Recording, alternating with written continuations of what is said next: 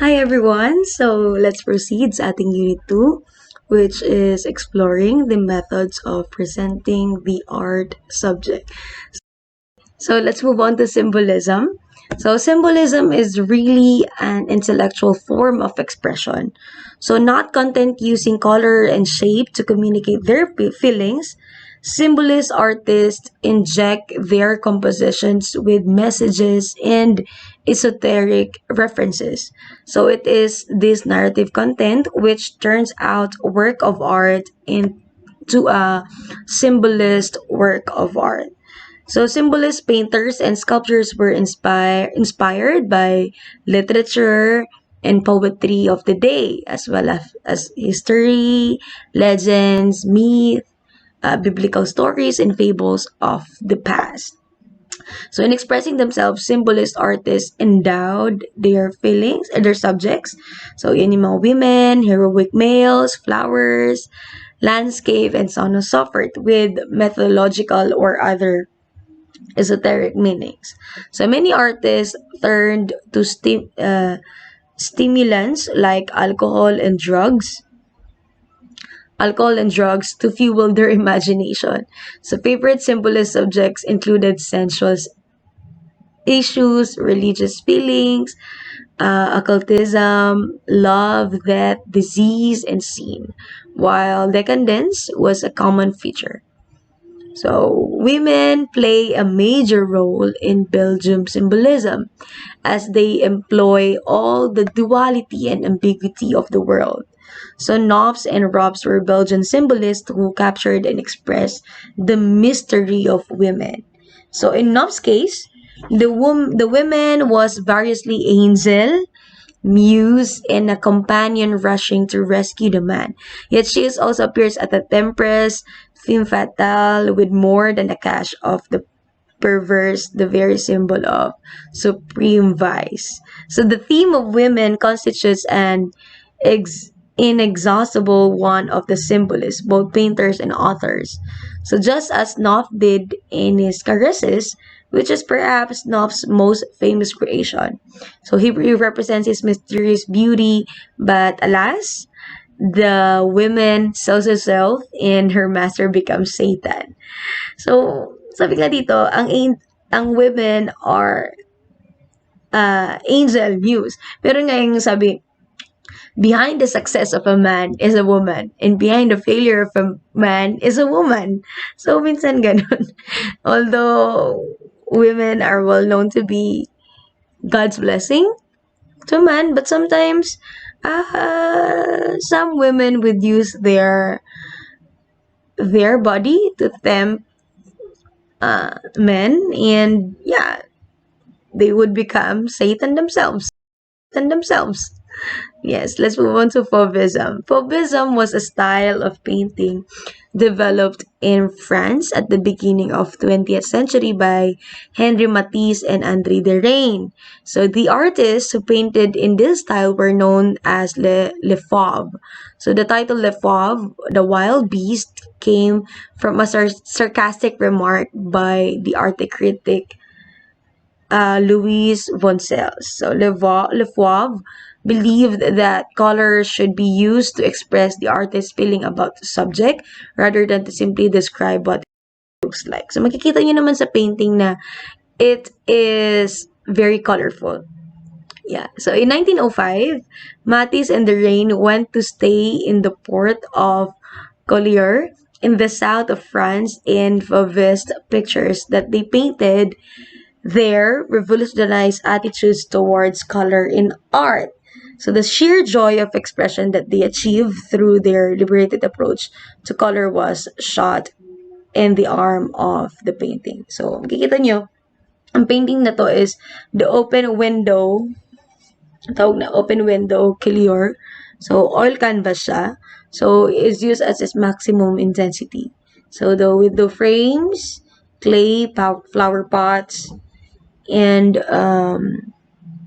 clay flower pots and mass of yachts and have all been painted in a blazing red. So these are bold complement to the range of greens that punctuate the painting. So in order to arrange the various colors of the work into an effective composition, it creates a counterchange between the greenish wall on the left and its reflected color on the right hand window, with the purple wall on the right. So makikita nyo, to unify the interior and exterior relationship of space, the dense spectrum of colors used inside the room is echoed more sparingly in the distant view through the window. Next, so another example of this is the Pool of London. So the rain manages to balance the expressive and descriptive qualities of the color. So more on color, say Fauvism. So he uses the conflict between warm and cool colors to express the noise and activity of these busy dockyard. So the illusion of depth, and the painting is created by using stronger and warmer tones in the foreground, which gradually become weaker and cooler towards the background. So these organized arrangement of tones in a landscape is called aerial perspective. Aerial. So the drawing of the image is typically simplified into shapes and forms whose details are conveyed by unmodified brushstrokes and roughly the same size. So this gives the painting an overall unity that would not expect in a composition of such conflicting colors. Aerial kasi galing sa taas, aerial perspective. So, yeah, makita niyo yan dun sa painting. Let's move on to expressionism. So, more on, dito sa topic natin na to, more on readings to. And I will leave the readings to you because andito na lahat. As in, kinonjust na sa inyo lahat. So, you just need to read, okay? So, hindi naman, alangan naman babasahin ko pa ulit. Well, I know you have read it already. And sana nabasa nyo na. And, yeah, art is not spoon-feeding you, but it is pushing you to be creative in your own way and to learn in your own way. Okay. So, as in, bahapyawan lang natin yung mga yan. Kasi, yeah, alam ko, kasi babasahin ko lang din naman. Hindi siya tulad ng mga ibang subjects ko na I need to explain it very in toto. Ito kasi, as in based on history and definition talaga. So, another type is expressionism. Expressionism is art is more associated with emotions or feeling than with literal interpretation of the subject. So, expressionistic art uses vivid colors, distortion, two-dimensional subject that lack perspective. So, it's created to express the emotions of the artist and so on and so forth. So, one famous painter is Vincent van Gogh. Alam ko na yan. Alam nyo na yan. So, his painting seems to vibrate emotion. So, one example of his painting is the Starry Night. So, Van Gogh is one. This Starry Night is one of the famous piece of art. So, the story of Van Gogh cutting off his ear after a fight with his friend. The French artist Paul Gauguin is one of the most popular anecdotes in art history. So, and supposedly occurred in winter 1888. So, the year before the painting of Starry Night and not long before Van Gogh's death in 1890. So, keeping with his reputation as a crazy artist, Van Gogh was committed to a mental health asylum in Arles after the ear incident with Gauguin. So, history has it, and Van Gogh painted Starry Night while in the mental hospital. And that the landscape in the painting is the view Van Gogh had from his window. Next, we have Edvard Munch's painting The Scream. So this is one of the most famous paintings of all time. Sometimes it is also referred to as The Cry.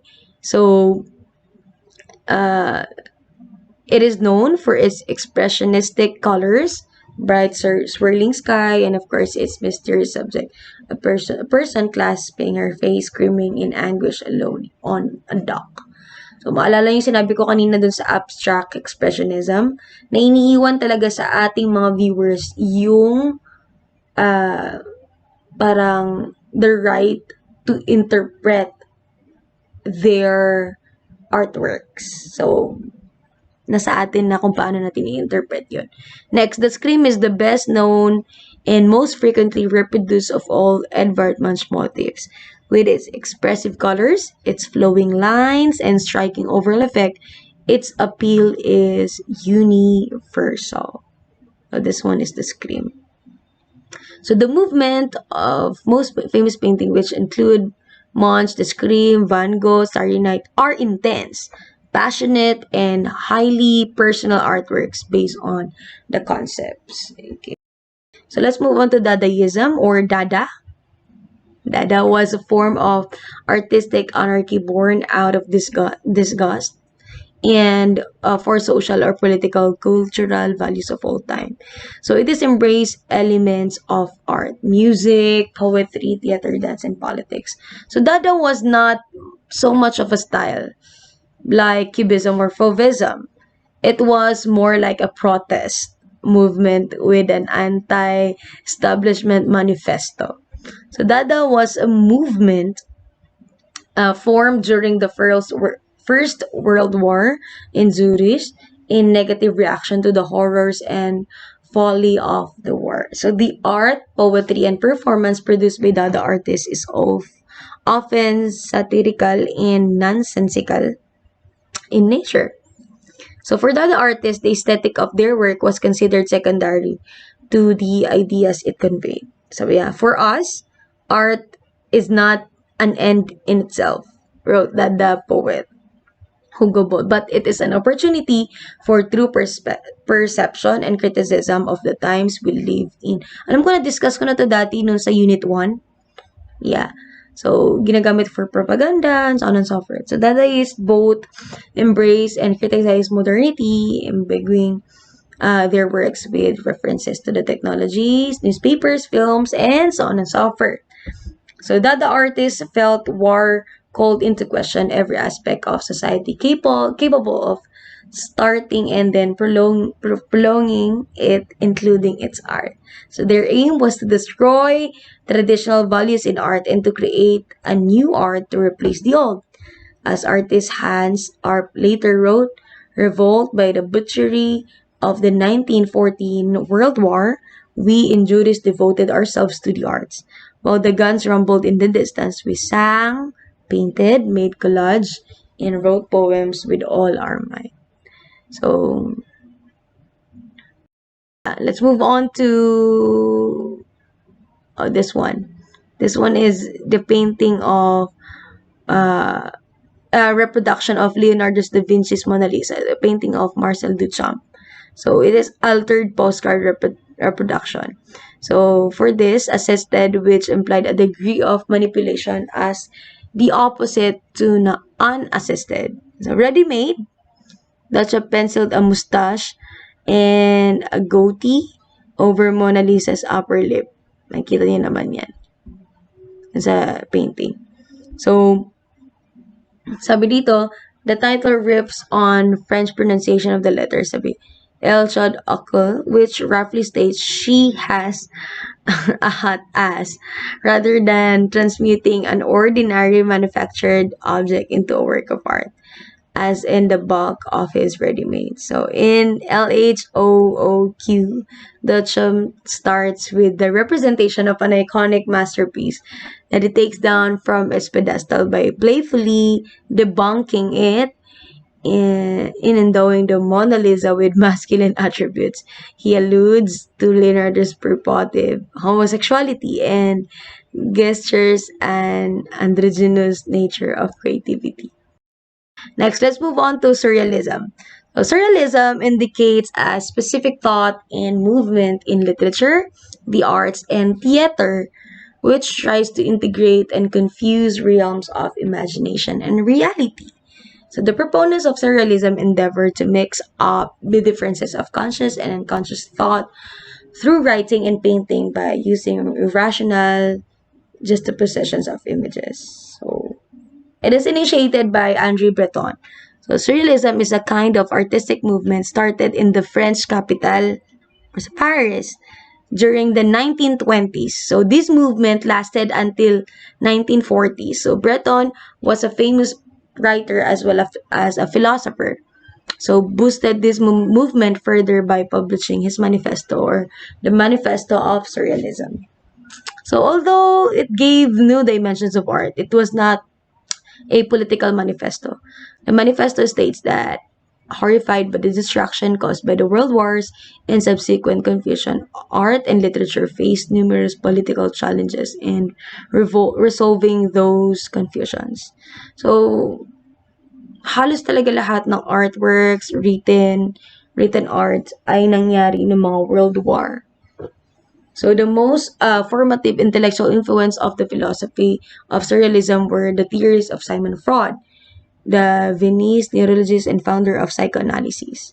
So Breton and other surrealists were highly impressed with Freud's insights into the unconscious, which they thought would be a major source of untamed pictures and imagery. So they used his theories to be clear away boundaries between fantasy and reality, and to address a number of disquieting drives as fear, desire, and eroticization. Okay, let's move on to this one. So we have Metamorphosis of Narcissus. This was a painting of Dali based on the paranoid critical method. So it was inspired in various myths of Narcissus, which explore an abnormal preoccupation with the self, something that Dali was no stranger to. So Dali tells his story of Narcissus in two forms, one an echo of the other. So the form on the left figure of Narcissus as he bend to look at his reflection into the pool. So his body is turning to stone, which both illustrates his inability to move and indicates his eventual death.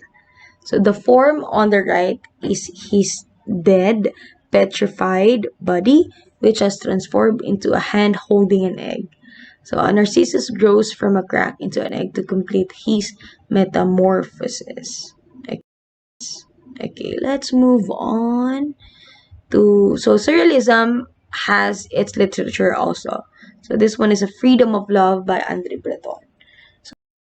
Futurism was an Italian art movement of the early 20th century. So it aimed to capture in the art of dynamism and energy of the modern world.